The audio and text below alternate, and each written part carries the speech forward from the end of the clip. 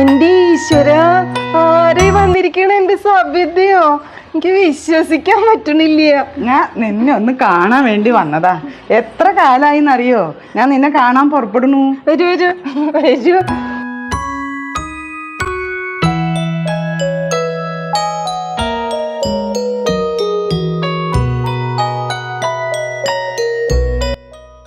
ഞാനും പലപ്പോഴും വിചാരിക്കാറുണ്ട് നിന്നൊന്ന് കാണണമെന്ന്, വിളിക്കാനും ഒക്കെ വിചാരിക്കും. ഒന്നും ഇതുവരെ പറ്റിയിട്ടില്ല.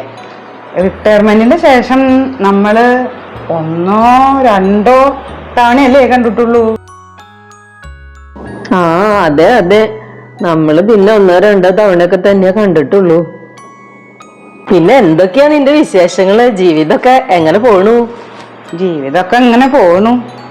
എത്ര കുട്ടികൾക്ക് ജീവിതത്തിന്റെ ബാലപാഠങ്ങൾ പഠിപ്പിച്ചതാ. പക്ഷെ സ്വന്തം ജീവിതം. ഞാനും ഇവിടെ ഒറ്റയ്ക്ക് തന്നെയാ. എന്റെ മക്കളൊക്കെ വിദേശത്തായി. അവരവരുടെ കൂടെ ചെന്ന് നിൽക്കാനൊക്കെ പറയുന്നുണ്ട്. പക്ഷെ ഈ വീടും ഇവിടുത്തെ അന്തരീക്ഷം ഒന്നും വിട്ടു പോവാൻ എനിക്ക് ഇഷ്ടമില്ല. അതുകൊണ്ട് ഇപ്പൊ എന്തായി, അവരുടെ വിളിയും കുറഞ്ഞു. വല്ലാത്തൊരു ഒറ്റപ്പെടലാണ് ഇപ്പോ. എനിക്കും തോന്നാറുണ്ട് ഞാൻ എൻ്റെ വീടിൻ്റെ ഒരു കാവൽക്കാരി മാത്രല്ലേ എന്ന്. എല്ലാരും ഉണ്ട്, പക്ഷെ ജീവിതം ഒറ്റയ്ക്ക് തന്നെ. വർത്താനം പറഞ്ഞ അങ്ങോട്ട് ഇരുന്നു. ഞാന് ചായയോ വെള്ളം എന്തെങ്കിലും എടുക്കാം. ചായ ഒന്നും വേണ്ട. നമ്മൾ പണ്ട് ആ പാടത്തിന്റെ അവിടേക്ക് പോയിരുന്നില്ലേ, അവിടേക്കൊന്ന് പോവാം. എനിക്ക് അതൊക്കെ ഒന്ന് കാണാൻ തോന്നുന്നു. അതിനെന്താ, നമുക്ക് പോവാലോ.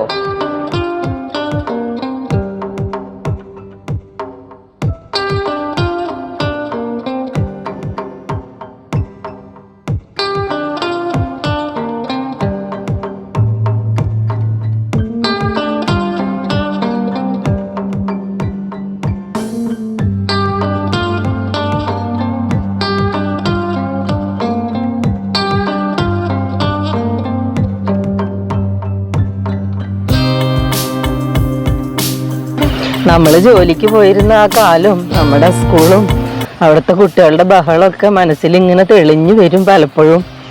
അതെ, അന്ന് കുട്ടികളോട് മിണ്ടാതിരിക്കാൻ പറയായിരുന്നു. ഇപ്പോ വീട്ടില് ഒരു ശബ്ദവും ഇല്ലാതെ ആവുമ്പോ ആൾക്കാരുള്ളിടത്തും നമ്മൾ ഒറ്റപ്പെടുന്ന അവസ്ഥയൊക്കെ വരൂലേ.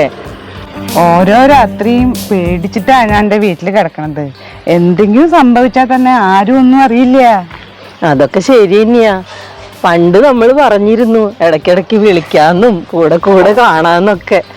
ജീവിതം അതിന്റെ വഴിക്ക് അങ്ങോട്ട് പോയി. ഓരോ തിരക്കിലും പെട്ടു എല്ലാവരും. ഇനി നമുക്ക് അന്നത്തെ വാക്ക് പാലിക്കാം. ശരിയാണല്ലേ, നമ്മൾ അന്ന് പറഞ്ഞിരുന്നത്. അതിന് നമ്മൾ 2 ആളും കൂടിയിട്ട് ഒരു തീരുമാനം എടുക്കേണ്ടി വരും. ശരിക്കും പറഞ്ഞാൽ ഇന്നത്തെ നിന്റെ വരവ് ഒരു നിമിത്തമായി. നമുക്ക് ആരും കുറ്റപ്പെടുത്താതെ സ്വന്തം മനസ്സിന് സമാധാനം കിട്ടുന്ന ഒരു സ്ഥലത്ത് പോയിട്ട് താമസിക്കുക തന്നെയാണ് ഇനി നല്ലത്. ഈ വയസ്സുകാലത്ത് മറ്റു നാടുകളൊന്നും നമുക്ക് ശരിയാവില്ല അല്ലേ? അതൊന്നും ഒട്ടും ശരിയാവില്ല. വെയിലിന് ചൂട് കൂടി കൂടി വരിക. നമുക്ക് വീട്ടിലേക്ക് പോയാലോ?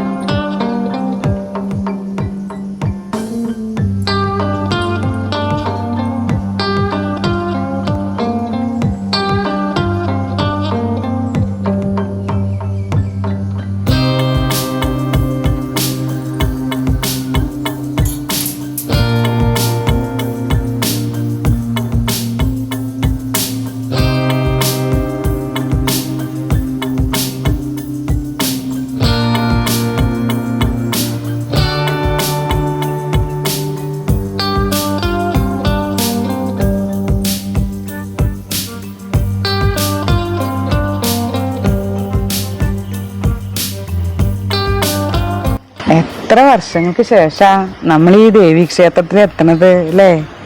ജോലിക്ക് പോയിരുന്ന കാലത്ത് ആഴ്ചയിൽ ഒരിക്കലെങ്കിലും നമ്മളിവിടെ വന്നിരുന്നു. ഏത് തിരക്കിനിടയിലും നമ്മളത് മുടക്കിയിട്ടില്ല എന്നാണ് എൻ്റെ ഒരു ഓർമ്മ. അതെ, അന്ന് ഒരുപാട് തിരക്കിലും നമ്മളിവിടെ ഓടിയെത്തിയിരുന്നു. അതൊക്കെ മനസ്സിനൊരു സന്തോഷം നൽകിയിരുന്നു അല്ലേ? നമ്മൾ പഠിപ്പിച്ച കുട്ടികളും നമ്മുടെ ഒപ്പം ജോലി ചെയ്തിരുന്നവരൊക്കെ നമ്മളിപ്പോൾ ഓർക്കുന്നുണ്ടാവോ? ഉണ്ടാവും. നമ്മൾ ഓർക്കുന്നുണ്ടല്ലോ അവരെയൊക്കെ. സബിതയ്ക്ക് ഓർമ്മയുണ്ടോ? പണ്ട് നമ്മൾ ഇവിടെ തൊഴുതിറങ്ങുമ്പോ ഞാനൊരു ചോദ്യം ചോദിച്ചിരുന്നു. ഇല്ലല്ലോ, ഓർമ്മ വരുന്നില്ല. ഇയാൾ എന്നോട് പറഞ്ഞോളൂ. ഇന്ന് എന്ത് അപേക്ഷ ദേവിക്ക് മുന്നിൽ വെച്ചെന്നാണ് അന്ന് ഞാൻ ചോദിക്കാറുണ്ടായിരുന്നത്. ആ, ഓർക്കുണ്ട്. ഇന്നും ഉണ്ടാവൂലേ ആ ചോദ്യം? അതാവും ഈ മുഖവുര. ഇന്ന് എനിക്ക് ചോദിക്കാതെ തന്നെ മനസ്സിലായി. പറയട്ടെ? ആ, പറയൂ, കേൾക്കട്ടെ. എന്റെ ദേവി, ജീവിതത്തിന്റെ മറ്റൊരു വഴി ഞങ്ങൾ തെരഞ്ഞെടുത്തു. കൂടെ ഉണ്ടാവണമെന്ന് അല്ലേ? അതന്നെയാ. ചെറിയൊരു പേടിയുണ്ട് മനസ്സില്. ഒറ്റപ്പെട്ട് വിഷമിച്ച് ഓരോ വീട്ടിലും ജീവിക്കണേനേക്കാളും എത്രയോ നല്ലതാ ഒരുമിച്ച് ഒരിടത്ത് കഴിയണത്. പിന്നെന്താ, നമ്മുടെ കടമകളൊക്കെ നമ്മൾ ഭംഗിയായി നിർവഹിച്ചിട്ടുമുണ്ട്. അവിടെ നമുക്ക് നമ്മളെ പോലുള്ളവരൊക്കെ കൂട്ട് കിട്ടുന്നേ. ഒന്നും പരിപൂർണമായിട്ട് ഉപേക്ഷിച്ചിട്ടല്ലല്ലോ നമ്മൾ പോണത്. മക്കളുടെയും എല്ലാവരുടെയും സമ്മതവും കിട്ടിയിട്ടുണ്ടല്ലോ. ജീവിതം ഇതോടെ അങ്ങോട്ട് അവസാനിക്കുന്നില്ലല്ലോ. ആയുസുള്ളിടത്തോളം നമുക്ക് ജീവിച്ചല്ലേ പറ്റുള്ളൂ. അപ്പൊ ഇവിടുന്ന് അങ്ങോട്ട് തുടങ്ങാന്നാ വിചാരിക്കുക. ജീവിതം നമുക്ക് ഒരുപാട് തന്നു, ചിലത് നഷ്ടപ്പെട്ടിട്ടും ഉണ്ടാവും. എന്നാലും നമ്മുടെ സൗഹൃദം മാത്രം നഷ്ടപ്പെട്ടില്ല. അതന്നെ വലിയ സന്തോഷം. നമുക്ക് പോയാലോ? അടുത്തന്നെ വീണ്ടും കാണാം.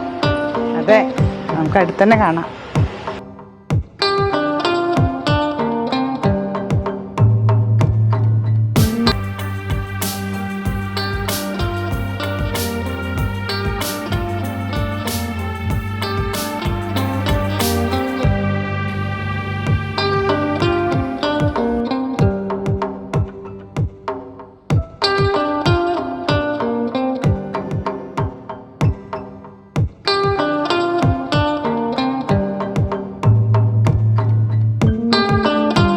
അങ്ങനെ നമ്മൾ ഇവിടെ ഒരുമിച്ചായില്ലേ?